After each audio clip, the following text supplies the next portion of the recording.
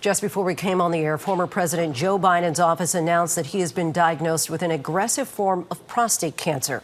The former president and his family are now reviewing treatment options with doctors. Biden, the 46th president of the U.S., is 82 and left office nearly 4 months ago. At the time, he was the nation's oldest serving president. His office says he recently began experiencing symptoms and was diagnosed with cancer 2 days ago. Former Vice President Harris responded by calling him a fighter. Dr. Darian Sutton is standing by with analysis. But first, ABC senior White House correspondent Selena Wang leads us off. Tonight, former President Biden revealing he's been diagnosed with an aggressive form of prostate cancer. Biden's spokesperson says the cancer has spread to the bone and that while this represents a more aggressive form of the disease, the cancer appears to be hormone sensitive, which allows for effective management. The president and his family are reviewing treatment options. The spokesperson says the 82-year-old was experiencing increasing urinary symptoms days after they announced doctors found a small nodule on the 82-year-old's prostate. His prostate cancer is characterized with a Gleason score of 9, which medical experts say indicates the cancer cells are likely to grow and spread rapidly. But the hormone sensitivity of the cancer offers a viable treatment pathway. Biden ended his more than 5 decades in public service in January, leaving office as the oldest president in history after abruptly dropping out of the presidential race last summer. He's mostly stayed out of public view, except for attending Pope Francis's funeral in April and now pushing back against a slate of new books questioning his mental acuity at the end of his presidency. You are wrong. There's nothing to sustain that. Former First Lady Jill Biden forcefully defending her husband. I mean, he'd get up, he'd put in a full day, and then at night I'd be in bed, reading my book, and he was still on the phone, reading his briefings, working with staff. I mean, it was nonstop.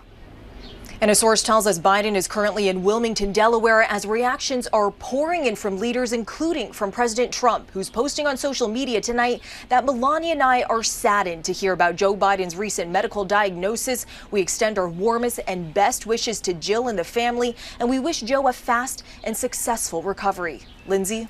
So many share a similar sentiment. Selena, thank you. Let's bring in ABC News medical correspondent Dr. Darian Sutton. And we should note you have never treated the former president. But based on just his age, how common would you say is a prostate cancer diagnosis at this stage of life? It's very common. Approximately 3 million men are living with this diagnosis this year. An additional approximate 300,000 men will be diagnosed with prostate cancer. Now, the risk of the diagnosis of prostate cancer increases with age.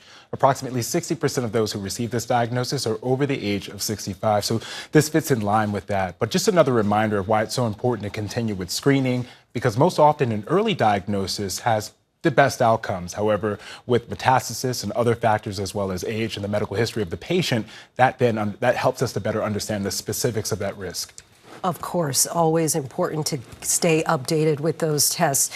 Give us a sense, because we do know that the president's office released a few details, including they had metastasis to the bone, also a Gleason score of 9. Explain what that means. Yeah, so, we'll presume that there was a biopsy done between when he found that he had a nodule between that and his diagnosis. And during that biopsy, a pathologist, a physician who looks at the cells that are removed from the body to better understand how abnormal they are, creates a score. And the higher the score, the more abnormal the cells are in the realm of prostate cancer. Now, a score from 8 to 10 is a more aggressive, more likely to spread, and the president has received a Gleason score of 9.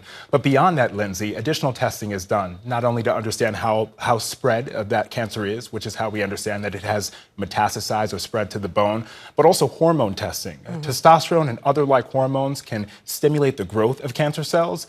We found that the president, it's been reported that he has hormone-sensitive cancer, which means that there is an opportunity for an additional form of treatment which can improve his outcome. So appreciate you walking us through this diagnosis, Dr. Sutton. Thank you.